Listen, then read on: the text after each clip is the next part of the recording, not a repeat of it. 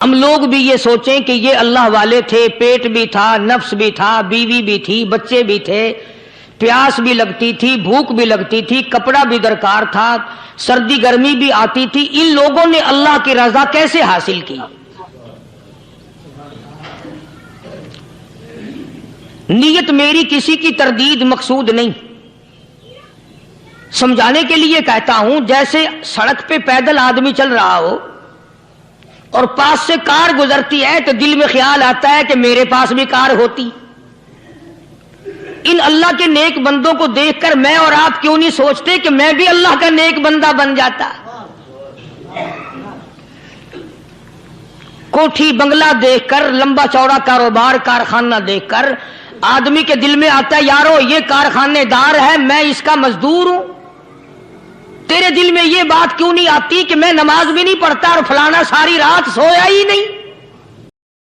بسم اللہ الرحمن الرحیم۔ السلام علیکم دوستو، پھر ہم آپ کے لیے قاری حنیف صاحب ملتانی رحمۃ اللہ علیہ کا بیان لے کر آئے ہیں، تو ناظرین کرام اس بیان کو پورا سنیں، انشاءاللہ ضرور فائدہ ہوگا۔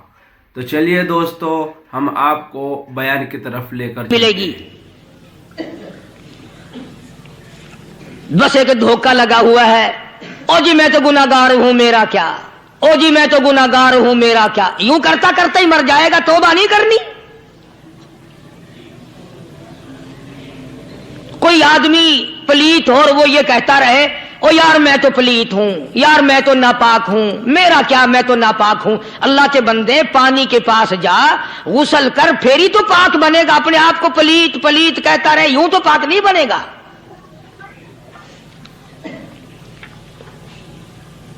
یہ اللہ والے جو ہوتے ہیں آدمی کے اندر کو ٹھیک کرتے ہیں۔ جیسے ڈاکٹر کہتا ہے کہ اگر بلڈ پریشر کے مریض ہو تو نمک نہ کھاؤ، شوگر کے مریض ہو تو میٹھا نہ کھاؤ، بادی کے مریض ہو تو آلو نہ کھاؤ۔ اللہ والا کہتا ہے اگر تمہارے اندر شرک کی بیماری ہے تو خدا کے دروازے کے سوا کہیں نہ جاؤ۔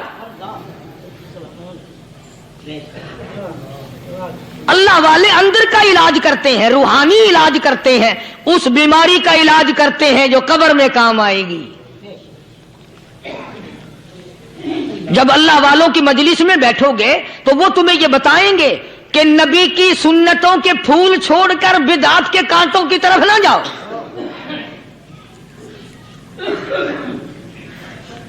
اور ہدایت ہے محمد کریم صلی اللہ علیہ وسلم کی، سبحان اللہ۔ وہ جوان کتنا خوش نصیب ہوگا جو حضور کے ساتھ سواری پہ سوار ہے۔ اللہ اکبر۔ سیدنا معاذ بن جبل رضی اللہ تعالیٰ عنہ کی ذات اقدس ہے، جس سواری پہ محمد عربی صلی اللہ تعالی علیہ وسلم سوار ہیں، اسی سواری پہ صحابی بھی سوار ہے، آپ کے پیچھے سوار ہے۔ آپ نے 3 مرتبہ ارشاد فرمایا یا معاذ۔ وہ کتنا مقدروں والا جوان ہوگا جس کا نام آقا کے پیارے پیارے منہ سے نکلا۔ فرمایا یا معاذ، او معاذ، عرض کیا لبیک و سعدیک، میرے آقا میں حاضر ہوں، میں غلامی میں حاضر ہوں۔ کچھ نہیں فرمایا، پھر دوسری مرتبہ ارشاد ہوا یا معاذ، عرض کیا لبیک و سعدیک، کالی کملی والے میں تیری خدمت میں حاضر ہوں، میں غلامی میں حاضر ہوں۔ تیسری مرتبہ پھر فرمایا یا معاذ۔ سمجھے آپ؟ یہ تو حضور کو پتا تھا کہ میری آواز اس نے پہلی دفعہ میں ہی سن لی، پکار رہا ہے میں حاضر ہوں۔ 3 مرتبہ آواز اس لیے دی، یعنی میں جو تجھے بتانا چاہتا ہوں وہ بڑی اہم بات ہے، توجہ کر، دھیان کر اس بات کی طرف جو میں تجھے بتانے لگا ہوں۔ تیسری مرتبہ ارشاد ہوا یا معاذ، عرض کیا لبیک و سعدیک، میرے آقا میں حاضر ہوں، غلامی میں حاضر ہوں۔ ارشاد فرماؤ، فرمایا یا معاذ لا تشرک باللہ، او ماضی مجھ سے ارشاد سن لے، مجھ سے پیغام سن لے، میں محمد کریم صلی اللہ تعالی علیہ وسلم تجھے بڑی پتے کی بات بتانے لگا ہوں، گر کی بات بتانے لگا ہوں، کوئی حقیقت کی بات بتانے لگا ہوں۔ لا تشرک باللہ،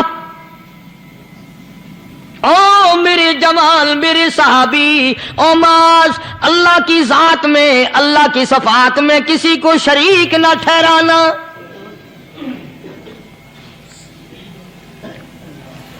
کسی کو بگڑی بنانے والا نہ سمجھنا، کسی کو پریشانی دور کرنے والا نہ سمجھنا، زندہ کرنے والا، مارنے والا، فقیر بنا دینے والا، فقیر کو شہنشاہ بنا دینے والا اس کے سوا کوئی نہیں۔ چلو ہو گئی بات، فرما دیا آپ نے کہ شرک نہ کرنا۔ اب ہماری بات سنو، ابھی حدیث کا جملہ باقی ہے جو محمد عربی صلی اللہ علیہ وسلم کی زبان مبارک سے نکلا، اہم بات باقی ہے۔ ٹھیک ہے فرما دیا، لیکن اب سوال کرو سرکار مدینہ صلی اللہ علیہ وسلم سے کہ جی اگر کوئی مصیبت کی وجہ سے کر بیٹھے، اگر کوئی پریشانی کے عالم میں آ کے کر بیٹھے، کوئی دکھوں کا مارا ہوا کر بیٹھے، تو صاف فرما دیا، فرمایا او معاذ ان قتلتا، اگرچہ تجھے قتل کر دیا جائے، تیرا ٹکڑا ٹکڑا کر دیا جائے، تیرا قیمہ بنا دیا جائے، اس سے بھی سخت بات آگے فرمائی او حرقتا، چاہے تجھے جلا کر خاک کر دیا جائے، تیرا قیمہ بنا دیا جائے، تجھے جلا کر راکھ بنا دیا جائے، کسی حال میں بھی تجھے شرک کرنے کی اجازت نہیں۔ اور ایک اور بات میرے سے سن کر پکا کے لے جاؤ، چوری کرنے والا ساری عمر چوری کرتا ہے، لیکن کبھی ایسا دن اس کی زندگی میں نہیں آیا ہوگا جب وہ یہ کہے کہ میں عبادت کر رہا ہوں۔ لاکھ چوری کی ہو، یہ کہے گا کہ میں گناہگار ہوں، چوری کا اپن چلو تمہارے منہ پہ نہیں کہے گا، دل میں کہے گا۔ زنا کرنے والا کبھی نہیں کہتا کہ میں گناہ نہیں کرتا، شراب پینے والا کبھی نہیں کہتا کہ میں گناہ نہیں کرتا، حرام کھانے والا، رشوت لینے والا کبھی نہیں کہتا کہ میں گناہ نہیں کرتا۔ شرک ایسا گناہ ہے، ایسی گمراہی ہے، اس کو بندہ گناہ سمجھ کر نہیں عبادت سمجھ کے کرتا ہے۔ اور ارشاد فرمایا محمد عربی صلی اللہ علیہ وسلم نے کہ شرک کرنے والے کو توبہ کی توفیق نہیں ہوتی، وہ اس کو برا سمجھے تو توبہ کرے، جب وہ اس کو برا سمجھتا ہی نہیں تو گناہ سمجھتے ہی نہیں تو توبہ کائے کی کرے گا وہ۔ میں عرض کر رہا تھا کہ یہ جو اولیاء کرام ہیں، بزرگان دین ہیں، اللہ والے ہیں، یہ شرک کی لعنت سے آدمی کو بچانے کے لیے ساری زندگی کوشاں رہتے ہیں۔ حدیث پاک میں آتا ہے، ارشاد فرمایا محمد کریم صلی اللہ علیہ وسلم نے کہ جب آدمی گناہ کرتا ہے، فرمایا ان فی الجسد لمضغۃ اذا صلحت صلح الجسد كله واذا فسدت فسد الجسد كله الا وهي القلب، او كما قال النبي صلی اللہ علیہ وسلم۔ ارشاد فرمایا آدمی کے بدن میں ایک گوشت کا ٹکڑا ایسا ہے کہ جب وہ ٹھیک ہو جائے تو سارا بدن ٹھیک ہو جاتا ہے، جب وہ بگڑ جائے تو سارے بدن کا نظام بگڑ جاتا ہے۔ الا وہی القلب، سرکار مدینہ صلی اللہ علیہ وسلم نے فرمایا وہ دل ہے۔ دل آدمی کا سنور جائے تو سارا کچھ سنور گیا، دل بگڑ گیا تو سب کچھ بگڑ گیا۔ ریاکاری دل سے پیدا ہوتی ہے، تکبر دیکھنے میں نہیں آتا، دل میں پیدا ہوتا ہے، فخر دل میں پیدا ہوتا ہے، عجب اور خودبینی دل میں پیدا ہوتی ہے۔ تو آقا مدنی صلی اللہ علیہ وسلم نے فرمایا کہ آدمی کا دل جو ہے وہ سفید ہوتا ہے، بالکل سفید ہوتا ہے۔ جب بندہ گناہ کرتا ہے تو ایک چھوٹا سا سیاہ کالا نقطہ اس کے دل پہ لگ جاتا ہے، پھر دوسرا گناہ کرتا ہے، پھر دوسرا نقطہ لگ جاتا ہے، پھر تیسرا گناہ کرتا ہے، پھر تیسرا نقطہ دل پہ لگ جائے، حتیٰ کہ اس کا دل سارا کالا ہو جاتا ہے، اور جب سارا دل کالا ہو جاتا ہے تو اس کے دل کے اندر پھر حق سمجھنے کی گنجائش نہیں رہتی، پھر وہ اتنا بگڑتا ہے کہ خلاف شرع کام کو وہ عبادت کہتا ہے، پھر وہ ڈھول دھماکے کو عبادت کہتا ہے، پھر وہ چمٹا کھڑکانے کو عبادت کہتا ہے، پھر وہ نشہ کرنے کو عبادت کہتا ہے، پھر وہ نماز نہ پڑھنے کو عبادت کہتا ہے، پھر وہ قرآن کے قریب نہ آنے کو عبادت کہتا ہے۔ حالانکہ بزرگوں کا یہ طریقہ کار نہیں۔ سائیں توکل شاہ صاحب سب کا جو رحمت اللہ علیہ، امبالے شہر میں مزار ہے، حضرت کے واقعات میں لکھا ہے کہ جب کوئی عالم، جب کوئی قاری، جب کوئی بزرگ قرآن پڑھتا یا کچھ بیان کرتا، اگر قرآن پڑھتا غلطی کرتا، ہاں یہ بات سمجھ لو کہ سائیں شاہ صاحب جو تھے ان پڑھ تھے، عالم نہ تھے، پڑھے ہوئے نہیں تھے، لیکن اگر کوئی قرآن کی آیت غلط پڑھتا تو سائیں شاہ صاحب جو تھے وہ کہتے کہ تو نے غلطی کی ہے، اور اگر کوئی حضور کریم صلی اللہ علیہ وسلم کی حدیث پاک پڑھتا اس میں کوئی غلطی کر دیتا تو شاہ صاحب فرماتے کہ تو نے غلطی کی ہے۔ تو ایک دن مولویوں نے، عالموں نے، قاریوں نے مشورہ کر لیا اور کہنے لگے آؤ شاہ صاحب سے پوچھیں گے کہ ان کو، یہ پڑھے ہوئے تو ہے نہیں، ان کو پتہ کیسے چلتا ہے، میں آیت غلط پڑھی گئی یا حدیث پاک غلط پڑھی گئی، ان کو پتہ کیسے چلتا ہے؟ تو اللہ والے کی خدمت میں پہنچے اور جا کے یہ سوال کر دیا، اللہ والے سے یہ سوال کر دیا، آپ سب سبحان اللہ کہو تو میں آگے جواب بتاؤں۔ اللہ اکبر، اللہ اکبر، کیا شان ہے اللہ والوں کی۔ فرمایا تم نہیں جانتے جب کوئی قاری قرآن صحیح پڑھتا ہے، عالم حدیث پاک صحیح بیان کرتا ہے، میں دیکھتا ہوں، میری آنکھوں کو نظر آتا ہے، اس کے سر سے لے کر آسمان تک نوری فرشتوں کی قطار بند جاتی ہے،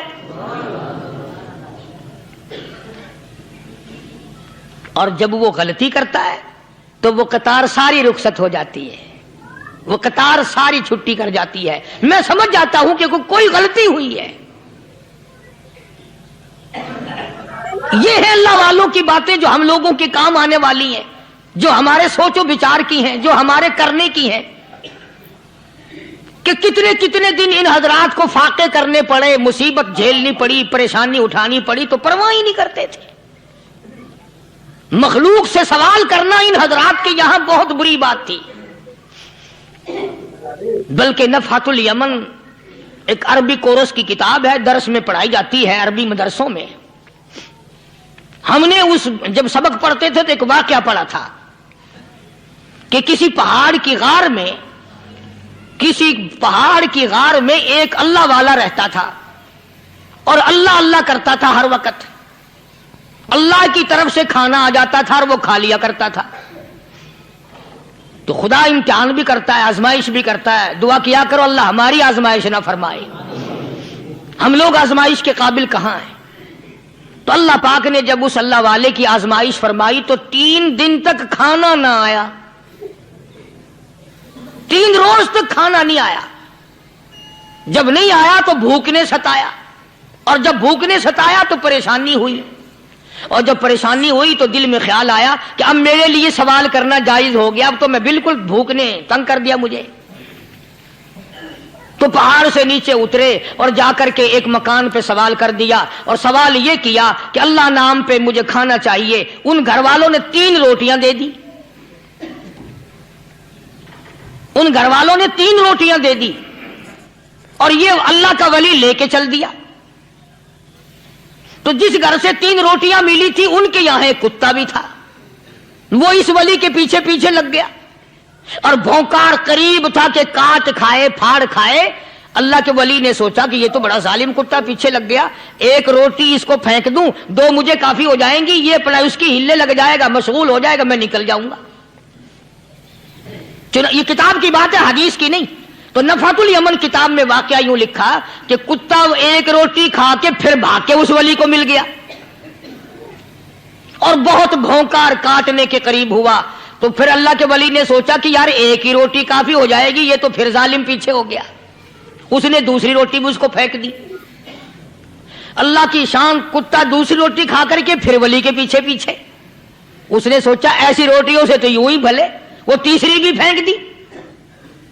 کتے نے تیسری بھی کھا لی، اور جب تیسری روٹی کھا کے کتا بھونکا، اب ولی کھڑا ہو کر غصے میں آ گیا اور کہنے لگا او کتے تجھے شرم نہیں آتی؟ عربی کا لفظ ہے وَمَا عَدِيمُ الْحَيَا، اور بغیرت کمینے، تیرے مالک نے 3 روٹیاں دی تھی، جس دروازے پہ تو رہتا تینوں کھا لی پھر بھی بھونکتا ہے. 3 روٹیاں میں نے تجھے دے دی پھر بھی بھونک رہا ہے. تو یوں لکھا اس کتاب میں کہ اللہ پاک نے کتے کو بھی زبان دی، اور وہ یہ کہنے لگا کہ ولی صاحب ذرا ٹھہرو، خود فیصلہ کرو، تم بے غیرت ہو یا میں بے غیرت ہوں. فیصلہ جناب کریں، میں کتا ہوں آپ ولی ہیں. جنت کے کھانے کھائے، ارے 3 دن نہ ملا تو آدمی کے دروازے پہ آ کے ماتھا گھسایا، جھولی پھیلائی، بھیک مانگی، مجھ سے قسم لے لو میں کتا ہوں. کئی مرتبہ 8 دن ٹکڑا نہیں ملتا، قسم لے لو اس دروازے کے سوا کبھی کسی دوسرے دروازے پہ نہیں گیا میں.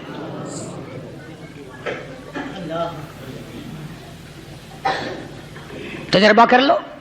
3 دن کتے کو ٹکڑا ڈالو، چوتھے دن دم ہلا کر تمہارے پاؤں میں لٹے گا.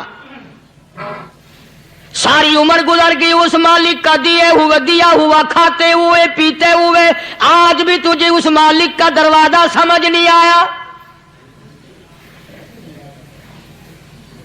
پانی وہ پلاتا والذی ہوا یطعمنی ویسقین وَإِذَا مَرِضْتُ فَهُوَ يَشْفِينِ.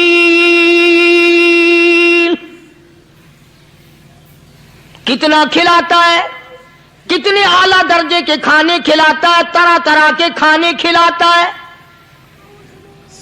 پالا اس نے، سنبھالا اس نے، زندگی اس نے دی، اولاد اس نے دی، خوبصورت بیوی اس نے دی، گھر آباد اس نے کیا. تھوڑی سی پریشانی آ گئی، اب جا کے قبر کے سامنے جھکا کھڑا ہے، اس مالک سے میرا کام نہیں چلا، او 4 گز زمین میں پڑنے والے، تو میری حاجت روائی کر دے.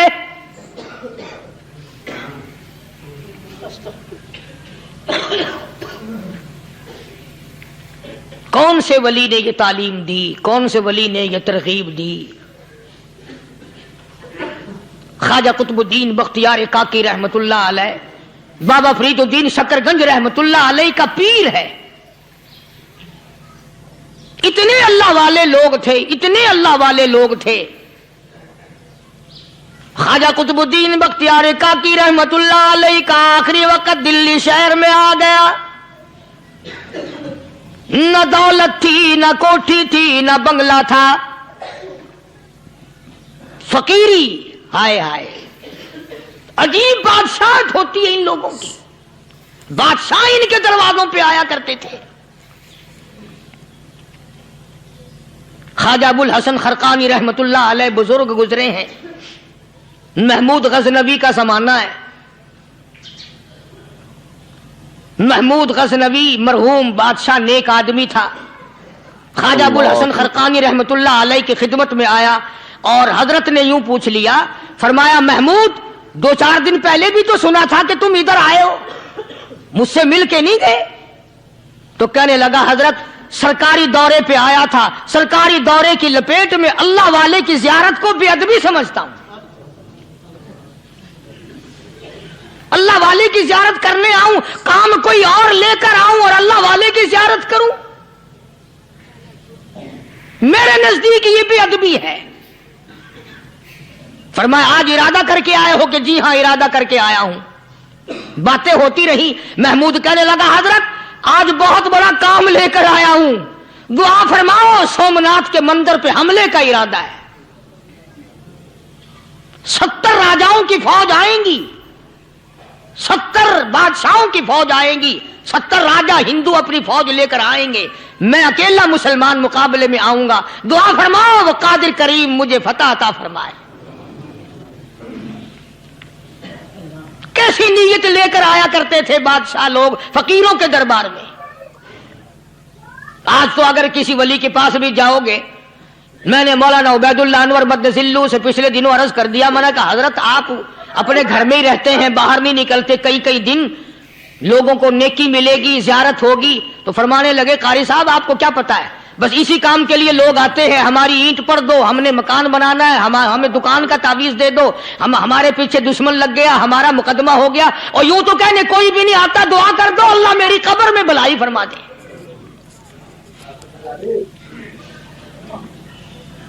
تو محمود غزنوی نے خواجہ ابوالحسن خرقانی سے درخواست کی کہ آپ دعا فرمائیں۔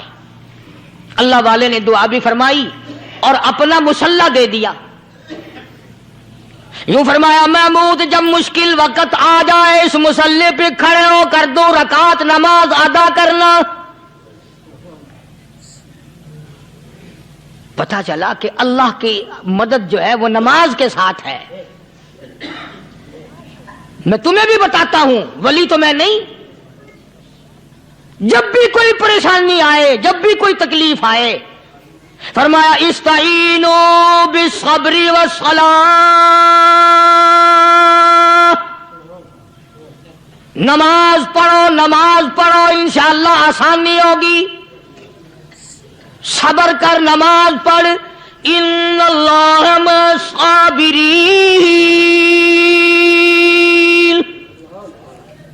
اللہ پاک صبر کرنے والوں کا ساتھی ہے، صبر بھی کرتا جا، نماز بھی ادا کرتا جا، جس سے تیرا بگاڑ ہے یوں بھی سوچتا جا میری طرف سے کوئی ظلم نہ ہو جائے، میں مارا جاؤں گا۔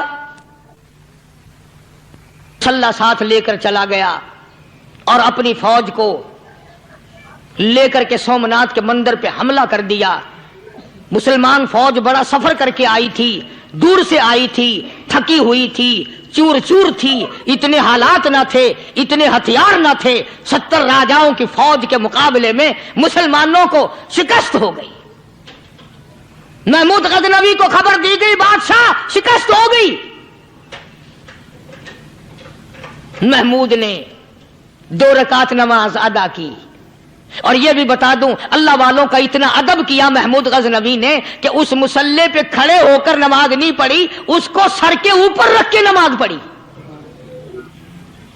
مسلح اللہ والے کا سر پہ رکھ لیا اور نماز پڑھی خدا کے حضور میں، اور پھر سر سجدے میں رکھ دیا، او میرے پروردگار بے نیاز خالق و مالک، میں گناہگار سہی، میں سیاکار سہی، میں تیرا بندہ ہوں، او میرے مولا مقابلہ کفر سے ہے، حق پرستوں کی نہ کی کونے گر دل جوئی نہیں، تانا دیں گے بت کے مسلم کا خدا کوئی نہیں، او میرے پروردگار آج مجھے ذلیل نہ کر، آج میری شکست نہ کر، آج مسلمانوں کو شکست نہ دے، اور بے نیاز پروردگار کافر کہیں گے ان کا خدا کہاں گیا۔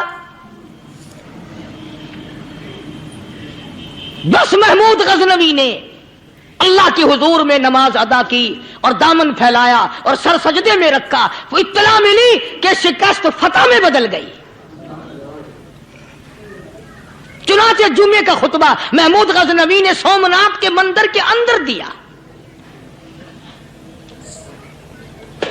اس قدر اللہ والوں کو دلچسپی تھی ان معاملات سے کہ قوم کے لیے بھلائی ہو، ملک کے لیے بھلائی ہو، عوام کے لیے آخرت کی دنیا کی بھلائی مقصود تھی۔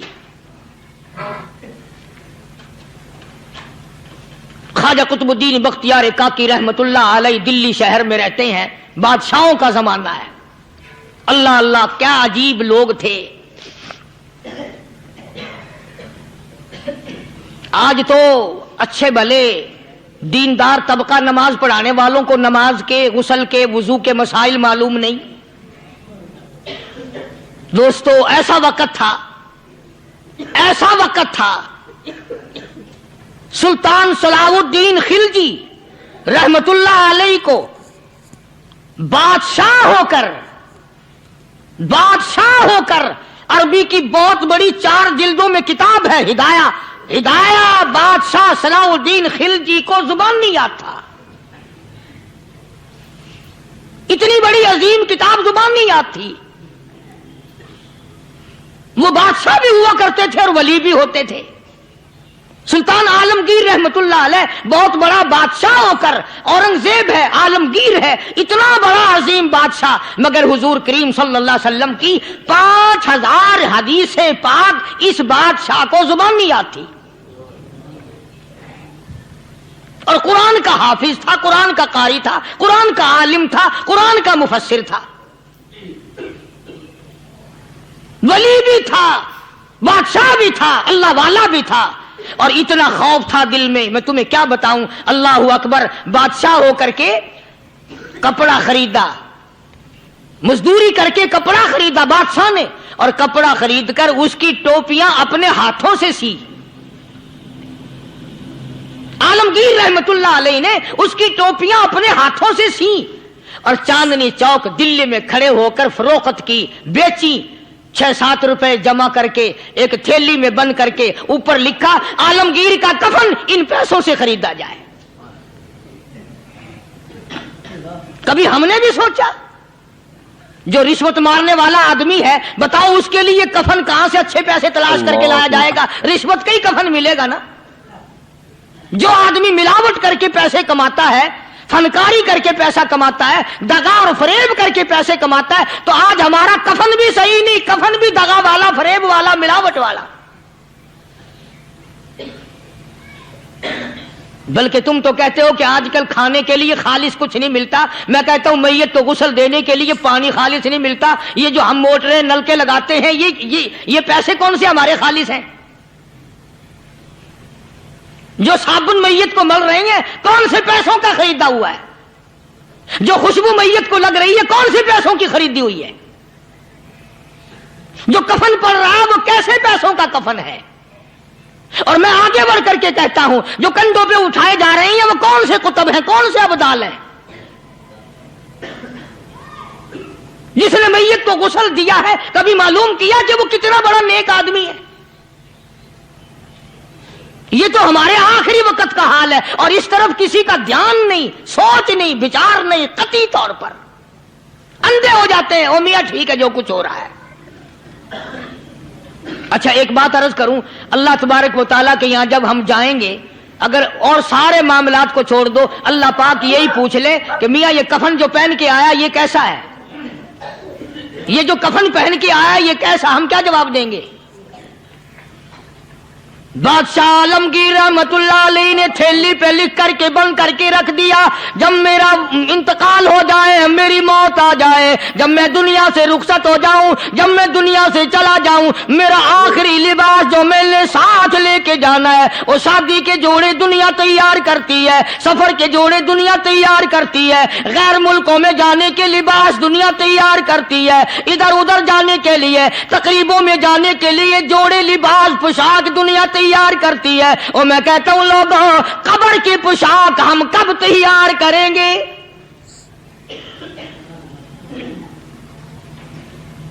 عالمگیر رحمت اللہ علیہ نے خود اپنے کفن کا انتظام کر کے رکھ دیا۔ ہمارے گھروں میں تو اگر کفن کا ذکر کرو تو گھر والے بھی منہ بنائیں گے، چھوڑو تم نے کفن کی باتیں بنانی شروع کر دی ابھی سے ہی۔ اور ایک اور عرض کروں، کفن بھی مقدر والوں کو ملتا، کئیوں کو ملتا ہی نہیں۔ کفن نہیں ملتا، قبر نہیں ملتی، نماز جنازہ نہیں ملتی، غسل نصیب نہیں ہوتا، مقدری سودے ہیں، نہ یہ دولت سے بات بنتی ہے، اور نہ یہ اقتدار سے بات بنتی ہے، اور نہ یہ سرمایہ سے بات بنتی ہے، یہ تو تقدیروں کے مسئلے ہیں جو مالک نے اپنے ہاتھ میں رکھا ہے۔ جناب رسول کریم سب کہہ دو صلی اللہ علیہ وسلم کے سگے چچا، اللہ غنی جنگ احد ہے، امام الانبیاء محبوب کبریا حضرت محمد مصطفیٰ صلی اللہ تعالی علیہ وسلم کو خبر دی گئی آپ کی حالت بھی زخمی ہے، آپ کا چہرہ انور زخمی ہو گیا، آپ کے چہرے میں خود جو سر پہ اوڑھ رکھا تھا اس کے حلقے کڑیاں چہرے انور کے اندر چلی گئی، نکلتی نہیں، نکالنا چاہتے ہیں، نکلتی نہیں، نکالنے کی کوشش کرتے ہیں۔ ابو عبیدہ بن جراح رضی اللہ تعالیٰ عنہ نے دانتوں میں پکڑ کر وہ حلقہ زنجیر والا کھینچ لیا۔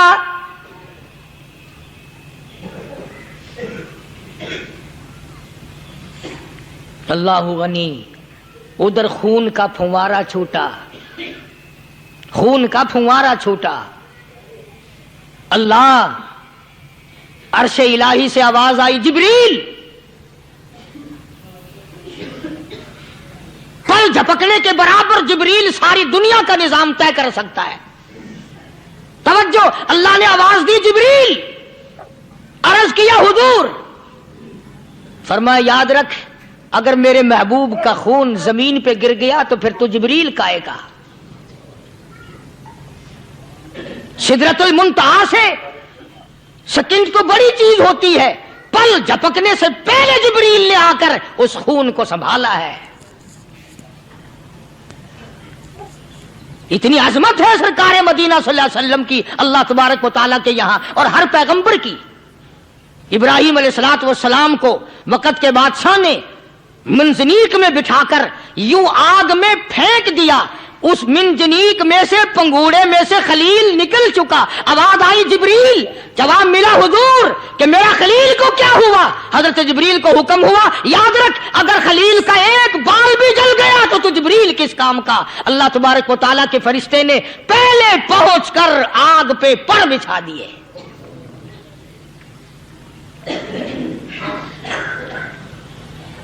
یوسف علیہ السلام کو بھائیوں نے کنویں میں پھینکا۔ اب بتاؤ کنواں کوئی 100-200 گز یا 100-200 میل تو لمبا نہیں ہوتا۔ میں خالق کی بے نیازی تمہیں بتا رہا ہوں اور اپنے پیغمبروں کی کس طرح حفاظت فرماتے ہیں، سبحان اللہ۔ بھائیوں نے کنویں میں دھکا دیا، جبریل جی یہ کیا ہوا؟ تو میرا نبی آیا، میرے نبی کے کنویں میں جانے سے پہلے تخت بچھا دے۔ جبریل نے پر بچھا کر تخت بنا دیا۔ وہ تو یوں بچاتا ہے، وہ تو یوں سنبھالتا ہے۔ ابو عبیدہ بن جرہ رضی اللہ تعالی عنہ نے سرکار مدینہ صلی اللہ علیہ وسلم کے چہرے انور میں سے وہ جو زنجیر کڑی کھینچی، اللہ اللہ، ابو عبیدہ کے 2 دانت نیچے کے، 2 اوپر کے، 4 دانت نکل گئے۔ آج ہمارے دانتوں کو کیڑے کھا جاتے ہیں، کھوکھریں بن جاتی ہیں، نکل جاتے ہیں۔ ابو عبیدہ تو کتنا خوش نصیب جوان ہے، تیرے 4 دانت تو نکل گئے پر حضور صلی اللہ علیہ وسلم کی تکلیف کو تو نے دور کیا، یعنی آقا کی خدمت کرتے ہوئے ابو عبیدہ کے دانت نکل گئے۔ ادھر اپنی تکلیف ہے، ادھر پتا چلا کالی کملی والے صلی اللہ تعالی علیہ وسلم تیرے چچا کا حال ٹھیک نہیں۔ صلی اللہ علیہ وسلم بڑا صدمہ پہنچا، بڑا رنج پہنچا۔ ایک بات کرتا ہوں، توجہ کر کے لکھ کے لے جاؤ، کام آئے گی، بیٹیوں کو بتاؤ، بہنوں کو بتاؤ۔ سرکار کی نظر پڑی، سرکار کی نظر پڑی حضرت صفیہ رضی اللہ تعالی عنہ، حضور کی بوا، حضور کی پھوپھی، حضرت زبیر رضی اللہ تعالی عنہ کی اماں، امیر حمزہ رضی اللہ تعالی عنہ کی بہن دوڑی دوڑی آتی ہے۔ پتہ چلا نا مدینے میں کہ بھائی کا حال ٹھیک نہیں، شہید کر دیا گیا، عورت ذات دوڑی دوڑی آئی۔ حضور نے فرمایا زبیر کون عورت ہے، جا کے روکو، لاش کا حال ٹھیک نہیں، کپڑے پھاڑے گی، جزا فضا کرے گی، میں نے سنا ہے لاش کا حال ٹھیک نہیں ہے۔ حضرت زبیر نے آ کے روکا، قریب آ کر پہچان لیا حضرت زبیر کی اماں تھی۔ انہوں نے کہا اماں اجازت نہیں، آگے نہ جاؤ۔ حضرت صفیہ عرب کی تکڑیم آئی، مارا غصہ زبیر کو، اوپر پھینک دیا، کہنے لگی ہٹ ایک طرف، میں اپنے بھائی کو دیکھنے نہ جاؤں۔ زبیر کو تو مکہ مار کے پرے پھینک دیا۔ اور لوگوں توجہ کرو، غلام آپ بھی بنتے ہیں، غلام میں بھی بنتا ہوں، خدا کی قسم ٹائم پہ غلامی کا پتہ چلتا ہے۔ پھر زبیر کہنے لگا اماں حضور نے منع فرمایا، آگے نہ جا، حضور نے منع فرمایا۔ خدا کی قسم ذمہ داری سے کہتا ہوں، علماء نے لکھا ہے حضرت صفیہ نے جو پیر قدم آگے رکھنے کے لیے اٹھایا ہوا تھا وہ آگے نہیں رکھا، پیچھے ہٹ کے رکھا ہے، میرے نبی کے فرمان کے خلاف نہ ہو جائے، میرے نبی کے ارشاد کے خلاف نہ ہو جائے، اگر خلاف ہو گیا تو میں ماری جاؤں گی۔ اور وہیں رک گئی، کہنے لگی اور زبیر بیٹے جاؤ، میرے محبوب سرکار مدینہ صلی اللہ تعالی علیہ وسلم سے جا کے کہو میں نے لاش کا حال سن لیا ہے، مجھے سب کچھ پتا چل گیا ہے، جا کے کہو بے شک میں عورت ہوں لیکن گھبراؤں گی نہیں، جب سے میں نے تیرا کلمہ پڑھا ہے میں نے صبر کرنا بھی سیکھ لیا ہے۔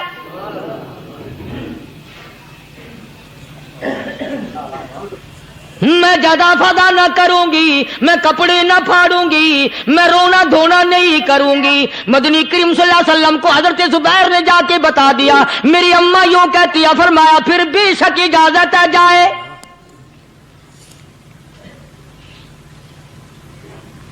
آج کی کوئی مائی ہوتی اتنا حال دیکھ کر بھائی کا نہ جانے ہارٹ فیل ہو جاتا۔ صفیہ نے آ کے دیکھا اپنے بھائی سیدنا امیر حمزہ کے دونوں کان نہیں، ناک نہیں، لب نہیں، 11 ٹکڑے ہوئے پڑے ہیں، روتی نہیں، گھبراتی نہیں، دھڑام سے گرتی نہیں، چہرہ نہیں پیٹتی، ماتم نہیں کرتی، کھڑی ہو گئی، کہنے لگی آ میرے پروردگار میرے بھائی کی قربانی قبول فرما، میرے بھائی کی قربانی کے صدقے میں میرا بھی بیڑا پہاڑ کر دے۔ اور خبر تو مل گئی تھی نا کہ کپڑے بھی اتار کر لے گئے، بغل میں سے 2 چادریں نکالی ہیں، بغل میں سے 2 چادریں نکالی کہ میرے بھائی کو کفن دے دینا۔ یوں جو نظر پڑی ایک انصاری نوجوان رضی اللہ تعالی عنہ، وہ بھی ننگا پڑا ہے، کافر اس کو بھی شہید کر کے گر گئے۔ مسلمانوں ذرا اندازہ لگاؤ، یہ بھی مسلمان تھے، یہ بھی نبی کے عاشق تھے، یہ بھی دیوانے تھے، ایسے وقت میں بھلا ایسی بات کس کو سوجھے؟ ماں جایا بھائی ہو، سگا بھائی ہو، اچھی محبت اور تعلق ہو بہن بھائی کا، اور سید الشہداء حضور نے فرمایا ہو وہ ننگا پڑا ہے، 11 ٹکڑے ہوئے پڑے ہیں، ایسے وقت میں ایسی بات کون سوچے؟ صفیہ کہنے لگی لوگوں ایک چادر اس بھائی کو دو جو میری ماں کے پیٹ سے پیدا ہوا، ایک چادر اس بھائی کو دو جو محمد کے کلمے نے میرا بھائی بنا دیا ہے، جو میرے نبی نے میرے کے کلمے نے میرا بھائی بنا دیا ہے۔ کل قیامت میں خدا یہ نہ فرما دے صفیہ کفن دینے آئی، خیرات دینے آئی تو اپنے کو دے کے چلی گئی۔ اب ان میں ایک چادر ہے چھوٹی اور ایک ہے بڑی، پھر کہنے لگی میری چادریں واپس کر دو، ایسا نہ ہو میرے بھائی کو بڑی مل جائے دوسرے بھائی کو چھوٹی مل جائے، اللہ پاک کل یہ نہ فرما دے اگر کفن دینے بھی آئی تو اپنے کو بڑی دوسرے کو چھوٹی، یہ اللہ کی رضا والا تو کام نہیں۔ قرہ اندازی کی، سگے بھائی سیدنا امیر حمزہ رضی اللہ تعالیٰ عنہ کے حصے میں چھوٹی چادر آئی اور اس انصاری جوان کے حصے میں بڑی چادر آ گئی۔ چنانچہ جب محمد عربی صلی اللہ تعالی علیہ وسلم تشریف لائے تو حضور کو اتنا صدمہ پہنچا، میری مستقل کیسٹ ہے سیدنا امیر حمزہ رضی اللہ تعالیٰ عنہ کے عنوان پر، آپ لوگ اسے خرید کے سنیں۔ تم بھی کہتے ہو کہ ہم نے اسلام کی بڑی خدمت کی، ہم نے قرآن کی بڑی خدمت کی، ہم نے علماء اور طالب علموں کی بڑی خدمت کی، ہم نے مسجد اور مدرسوں کی بڑی خدمت کی۔ میں یہ کہتا ہوں آؤ دیکھو تو صحیح کہ ان حضرات نے کہاں تک قربانیاں دی ہیں۔ حضور نبی کریم صلی اللہ تعالی علیہ وسلم جب اپنے پیارے چچا کی لاش پہ آئے، چہرے پہ نظر پڑی دونوں لب نہیں، کالی کملی والے صلی اللہ تعالی علیہ وسلم نے منہ میں جھانک کر دیکھا تو زبان نہیں، ذرا نیچے کو نظر کی پیٹ میں جگر اور کلیجہ نہیں، دونوں ہاتھ نہیں، دونوں کان نہیں۔ یہ حال دیکھ کر حضور صلی اللہ علیہ وسلم کو چکر آ گیا، زمین پہ تشریف فرما ہو گئے، اور پھر بلکہ یہاں تک لکھا ہے کہ آپ نے یوں فرمایا او میرے مالک اگر صفیہ مائی میری بوا پھوپھی یہاں نہ ہوتی تو میں یہ ٹکڑے بھی نہ اٹھاتا، اگر تو یوں ہی راضی ہے تو میں بھی یوں ہی راضی ہوں۔ اور پھر جب ان ٹکڑوں کو جوڑا گیا، تو صحابہ نے عرض کیا یا رسول اللہ صلی اللہ تعالی علیہ وسلم، امیر حمزہ قداور آدمی تھا، لمبا تکڑا بہادر آدمی تھا، حالت یہ ہے چادر چھوٹی ہے بھی ایک ہی، اگر سر ڈھانپتے ہیں تو پیر کھل جاتے ہیں، پیر ڈھانپتے ہیں تو سر کھل جاتا ہے۔ حضور نے فرمایا سر کو چھپا دو، پیروں پہ میرے چچا کے درختوں کے پتے ڈال دو۔ میں یہ عرض کر رہا تھا کہ اللہ والے ہر وقت میں آدمی کی اصلاح کی کوشش کرتے ہیں، اسے بنانے کی کوشش کرتے ہیں، اسے سمجھانے کی کوشش کرتے ہیں۔ اللہ تبارک و تعالی ہر مسلمان کو توفیق دے کہ وہ اپنی زندگی بھر اللہ والوں کی خدمت میں جانے آنے کی، قرآن کی خدمت کی ہر وقت پروگرام بنائے، نیت خیر رکھے۔ کیوں؟ اس لیے اسی کو کہتا ہے کہ لیے پھرتی ہے بلبل چونچ میں گل، لیے پھرتی ہے بلبل چونچ میں گل، اور ڈھونڈتی ہے شہید ناز کی تربت کہاں ہے، تلاش کرتے ہیں جانور پرندے کہاں پر اللہ کی رحمت برس رہی ہے۔ تو ہمیں بھی اللہ کی رحمت کا طالب ہونا چاہیے، اللہ کی رحمت کا متلاشی ہونا چاہیے۔ اللہ پاک مجھ پہ اور آپ سب پر، ساری امت پر اپنا کرم فرمائے۔ آسمانی کتابیں نازل فرمائی، اسی کو لوگ زیادہ چمکاتے ہیں۔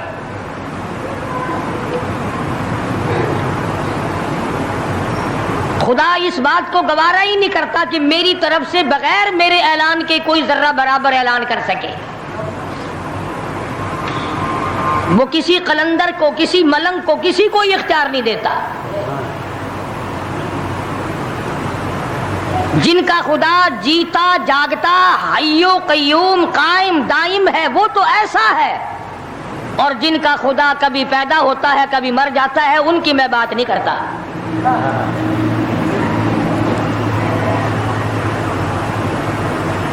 پروردگار عالم نے ایک طریقے کا سوال کر دیا، اگر تم میرے معاملات میں شریک کار بنتے ہو تو آؤ پھر ایک ناخون بنا کے دکھاؤ،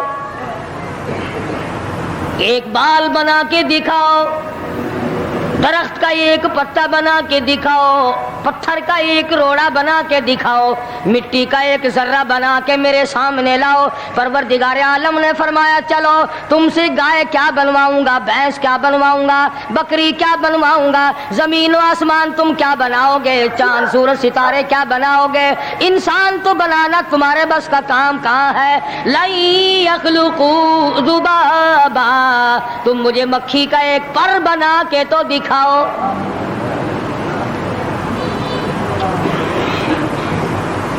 فرمایا جس کے دل میں توحید و ایمان یقین کی دولت جم جاتی ہے،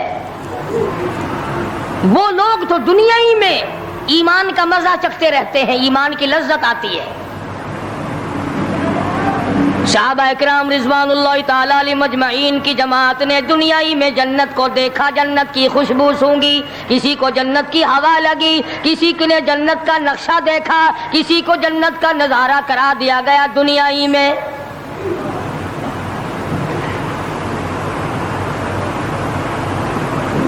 خوش نصیب تھے وہ لوگ جنہوں نے محنت سے اپنی آخرت کو بنایا، اپنی قبر کو بنایا، اپنی تمام تر زندگی میں کبھی بے فکری سے بسر نہ کی، رات کو سوچا، دن کو سوچا، صبح کو خیال کیا، شام کو خیال کیا۔ یہ ناپائیدار زندگی ہے، یہ ختم ہونے والی زندگی ہے، اس لیے مجھے دائمی زندگی کی کچھ تیاری کرنی چاہیے۔ ان لوگوں نے کمائی کی اور محمد کریم صلی اللہ تعالی علیہ وسلم کے ساتھ رہے، دنیا ہی میں ان کو جنت کے مزے آیا کرتے تھے۔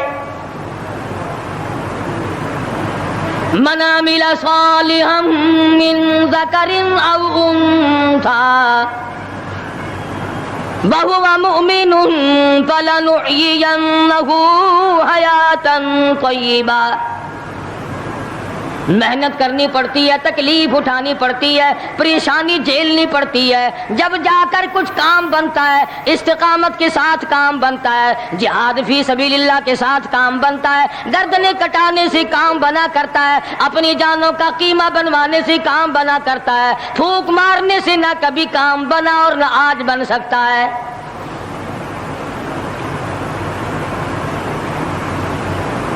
علماء کرام میں بے شمار لوگ اس قسم کے آئے جو استقامت کا پہاڑ ثابت ہوئے۔ ان میں سے بعض نے یہ لکھا ہے کہ بعض مرتبہ کھانے میں ایسا مزہ آتا تھا جیسے جنت کے کھانے کا مزہ آتا ہے۔ شاہ عبد الرحیم صاحب رائے پوری رحمہ اللہ، خدام نے عرض کیا حضرت پورا مہینہ گزر جاتا ہے رمضان المبارک کا، کچھ دو چار نوالے دو چار لقمے کھا تو لیا کرو۔ تو فرمانے لگے میں اللہ پاک کا قرآن کریم دن کو پڑھتا ہوں رات کو پڑھتا ہوں، سارا دن تلاوت کرتا ہوں، ساری رات تلاوت میں لگا رہتا ہوں، اور لوگوں تمہیں کیا معلوم ہے جب میں خدا کا قرآن پڑھتا ہوں میرے منہ میں جنت کے پھلوں کا مزہ آتا رہتا ہے۔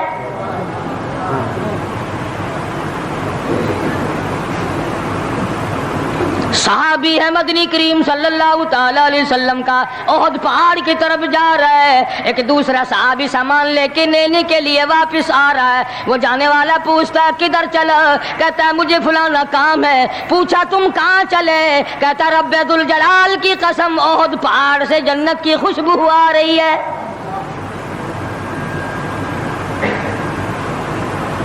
پہاڑ تھے یہ لوگ، ارادے کے استقامت اس قدر مضبوط تھی، دنیا کی کوئی طاقت ان لوگوں کو نہیں ہلا سکی۔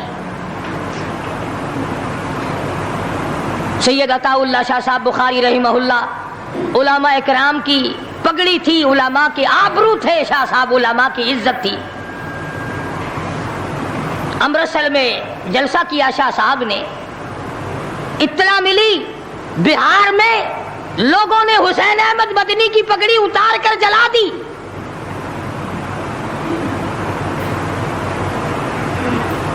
بخاری نے جلسہ کیا،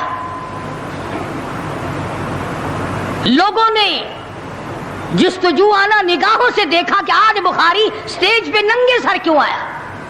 فرمایا ہاں ہاں جو کچھ نگاہوں سے پوچھ رہے ہو سمجھ گیا ہوں، تم یہی کہتے ہو نا کہ میں ننگے سر کیوں آیا ہو؟ جب حسین احمد کی پگڑی تم نے اتار دی، بخاری اوڑھ کر آنے والا کون ہوتا ہے؟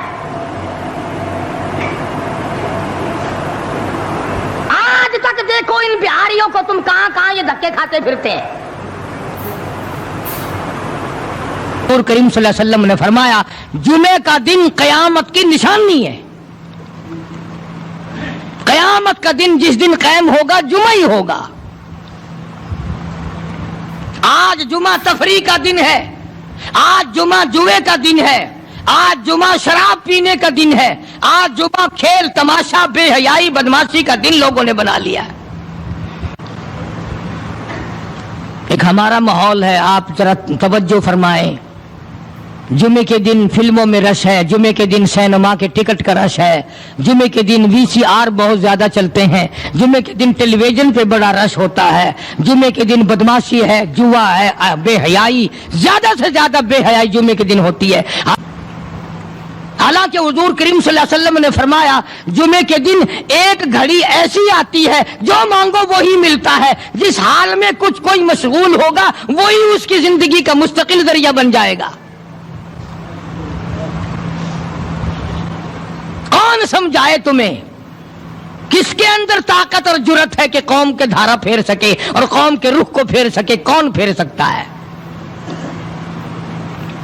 اس لیے قرآن کریم نے بار بار للکارا اور فرمایا افلم یہد لہم کم اہلکنا قبلہم من القرون، اکرنے والوں، بدماشی کرنے والوں اور بے غیرت کمینوں، بعد آؤ، جب میرا قہر جوش میں آئے گا پھر ایک دو کو نہیں، پھر بستی کی بستی، ملک کے ملک اجاڑ کے رکھ دوں گا۔ افلم یہد لہم کم اہلکنا قبلہم من القرون،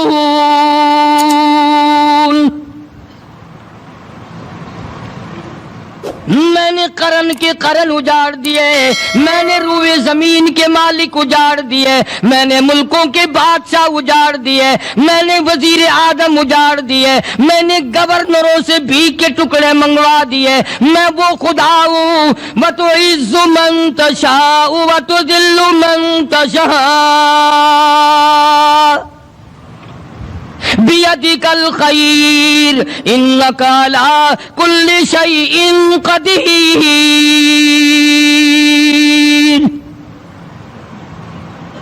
کا نظام میرے ہاتھ میں ہے. تبارک الذی بیدہ الملک. برکتیں میرے پاس ہے, رحمتیں میرے پاس ہے, خیر میرے پاس ہے, بھلائی میرے پاس ہے, سلامتی کے خزانے میرے پاس ہے, امن کے خزانے میرے پاس ہے. وَهُوَ عَلَى بِيَدِهِ الْمُلْكُ. ملک میں راج میرا. وَهُوَ عَلَى كُلِّ شَيْءٍ قَدِيرٌ.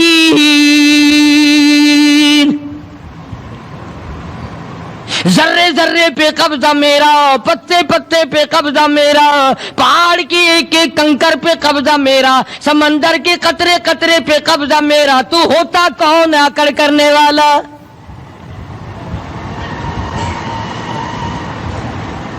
غور نہیں کرتے, سوچتے نہیں ہیں کہ کلام الہیہ ہمیں کیا بتانا چاہتا ہے.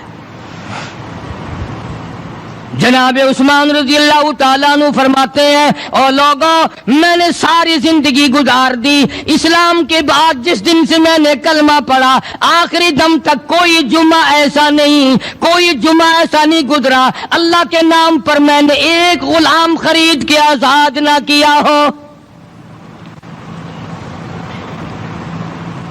پہلے لوگ بھی جمعے کے دن درود پاک کی کثرت کرتے تھے, خیرات کیا کرتے تھے کہ 8 دن کا کفارہ ہو جائے, اللہ تبارک و تعالی راضی ہو جائے. آج کے دن قیامت آئے گی, نہ جانے میرا کیا حال بنے گا, کن لوگوں میں میرا شمار ہوگا. مدنی کریم صلی اللہ تعالی علیہ وسلم کا دربار لگا ہوا ہے, مجلس ہے آقا مدنی صلی اللہ علیہ وسلم کی. وہ کتنے مقدروں والے جوان تھے جو اپنے محبوب صلی اللہ علیہ وسلم کی مجلس میں بیٹھتے تھے. وہ کتنے خوش بخت اور خوش نصیبے والے لوگ تھے جو اپنے آقا کے سامنے بیٹھتے تھے. حضور کریم صلی اللہ علیہ وسلم نے فرمایا, مجھے 3 چیزوں سے بڑی محبت ہے, 3 چیزیں بڑی پیاری لگتی ہیں, 3 چیزیں دنیا میں بڑی مرغوب ہیں مجھے. فرمایا, ایک نماز میری آنکھوں کی ٹھنڈک ہے. سرکار کی پسندیدہ بات سنو, فرمایا نماز میری آنکھوں کی ٹھنڈک ہے. جو نماز پڑھتا ہے وہ میری آنکھوں کو ٹھنڈا کرتا ہے, جو نماز نہیں پڑھتا کیا مطلب, وہ مجھے رنج دیتا ہے. اور جامع ترمذی میں ایک حدیث موجود ہے, ارشاد ہے حضور کریم سب کہہ دو صلی اللہ علیہ وسلم کا, فرمایا کہ ہر پیر کے دن, ہر جمعرات کے دن ہر امتی کا نامہ اعمال میرے سامنے پیش کیا جاتا ہے. ہر امتی کا اعمال نامہ سرکار کے سامنے کر دیا جاتا ہے. تیرے فلاں امتی کا یہ عمل ہے. ذرا مسجد میں بیٹھے ہو, قبلے کی طرف منہ کیے بیٹھے ہو, لوگوں سوچو تو صحیح ہمارے اعمال نامے دیکھ کر آقا کو کتنا رنج ہوتا ہوگا. ہمارے کردار دیکھ کر, ہماری روح سیاہی کو دیکھ کر آقا کو کتنا رنج پہنچتا ہوگا صلی اللہ علیہ وسلم. ارے ہم نے حضور کی ذات اقدس کو رنج پہنچایا, پریشانی پہنچائی, تکلیف پہنچائی. پرواہ نہیں کرتے نمازوں کی, نوجوان بھی بوڑھے بھی حج کر کے بھی نماز پڑھتے لوگ. اور اب تو ویسے بھی دانا بینا لوگ ہیں. تو آپ نے ارشاد فرمایا کہ میری آنکھوں کی ٹھنڈک نماز میں ہے.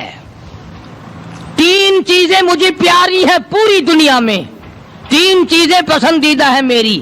سب سے پہلی فرمایا نماز میری آنکھوں کی ٹھنڈک ہے. قرۃ عینی فی الصلاۃ او کما قال النبی صلی اللہ علیہ وسلم. فرمایا جس امتی کا یہ دل کرے کہ میں نبی کی آنکھ ٹھنڈی ہو, اسے چاہیے کہ نماز پابندی سے پڑھے. دوسرا فرمایا وفادار عورت مجھے بڑی پسند ہے. حضور کریم صلی اللہ علیہ وسلم نے فرمایا وفادار عورت, ہائے ہائے ہماری ماؤں سے زیادہ وفادار کون ہوں گی. جناب عائشہ صدیقہ رضی اللہ تعالیٰ عنہ فرماتی ہیں کالی کملی والے کے گھر میں 3 مہینے چولہے میں آگ نہیں جلتی تھی.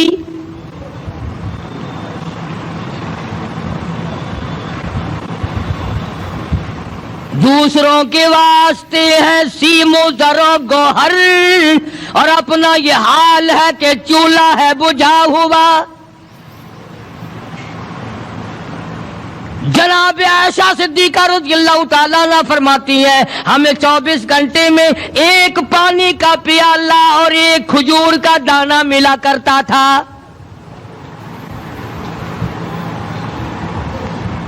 کبھی اپنی ماہوں کی خوراک تو دیکھو, خرچہ تو دیکھو. اور اگلی بات سنو تو حیران ہو جاؤ. جناب عائشہ صدیقہ رضی اللہ تعالیٰ عنہ فرماتی ہیں اس پیالے اور کھجور کی قدر بھی تب ہوئی جب وہ بھی نہ ملی. پیسوں کو برباد کرنے والوں, بے قدری کرنے والوں, ذرا سوچو تو صحیح کہ کیا گھر ہے محمد عربی سب کہہ دو صلی اللہ علیہ وسلم کا. اسی گھر سے خیر و برکت ملی صحابہ کرام کو, لیکن دنیا نہ تھی, بلڈنگ نہ تھی, کوٹھی نہ تھی, بنگلہ نہ تھا, چہل پہل نہ تھی. دوستو امید کرتا ہوں کہ آپ حضرات نے اس بیان کو پورا سنا ہوگا. بیان کیسا لگا کمنٹ میں ضرور بتانا اور اپنے دوستوں کے ساتھ بھی شیئر کرنا. اللہ تعالی ہم سب کو اس بیان پر عمل کرنے کی توفیق عطا فرمائے. تو دوستو پھر ملتے ہیں اگلے ویڈیو میں, جب تک اپنا خیال رکھیے. السلام علیکم ورحمۃ اللہ وبرکاتہ.